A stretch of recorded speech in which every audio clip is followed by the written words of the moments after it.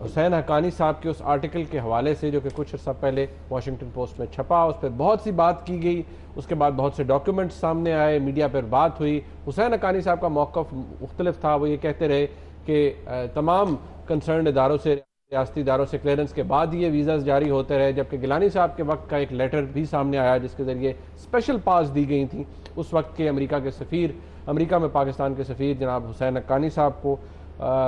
آج موقف یہی آیا ہے، وہ آپ کے سامنے ٹویٹس کے ذریعے سامنے بھی آ گیا ہے، جس میں کہا گیا ہے کہ جو حسین حقانی صاحب نے اپنے آرٹیکل میں کہا ہے وہ انفیکٹ ونڈیکیٹ کرتا ہے stance of the Pakistan's state institutions. اور اس حوالے سے جو بھی ان کا ویو رہا ہے پاکستان کی اسٹیٹ انسٹیٹیوشن کا، ان پرٹیکولر آرمی کا، اسے وہ کہتے ہیں کہ وہ ونڈیکیٹ کرتا رہا. سیٹھی صاحب، ٹویٹ جو ہے یہ کتنی ڈیٹیل فراہم کرتی ہے ہمیں سٹانس کے حوالے سے؟ سٹانس وہ یہی رہا ہے، وہ کہتے ہیں کہ جی پروٹوکولز کو فالو نہیں کیا گیا، سیکیورٹی کلیئرنس کے بغیر یہ ویزاز ایشو کیے جاتے رہے ہیں پاکستان پیپلز پارٹی کے دور کے اندر. ہم اگر کوئی ایویڈنس نہیں پریزنٹ کی نا، بات یہ تو ہم سنتے آ رہے ہیں نا. اس وقت جنرل شجاع تھے پاشا، جو کہ اس وقت یہی الزام لگاتے تھے، DGISI تھے، اور جنہوں نے پھر میمو گیٹ کے اندر حسین حقانی صاحب کی پوری تفتیش کی، directly and indirectly through Mahmood Ejaz, کیا نام تھا ان کا، منصور اعجاز، اور وہ لندن بھی گئے، بلیک بیریز دیکھے، یہ کیا وہ کیا. تو اس وقت یہی الزام تھا نا کہ ان آتھرائزڈ CIA کے لوگوں کو، ایجنٹس کو حسین حقانی صاحب نے ویزے دے دیے اور وہ آگے چھا گئے، سب جگہ پہ پہنچ گئے، اور they were spying on Pakistan and undermining the national interest. اور اس کی کلیئرنس ISI نے نہیں دی تھی. اور کیونکہ ایک پروسیجر سیٹ تھا کہ اس قسم کی جب چیز ہوتی ہے تو you have to go through the ISI، تو حسین حقانی صاحب نے وائلیٹ کیا.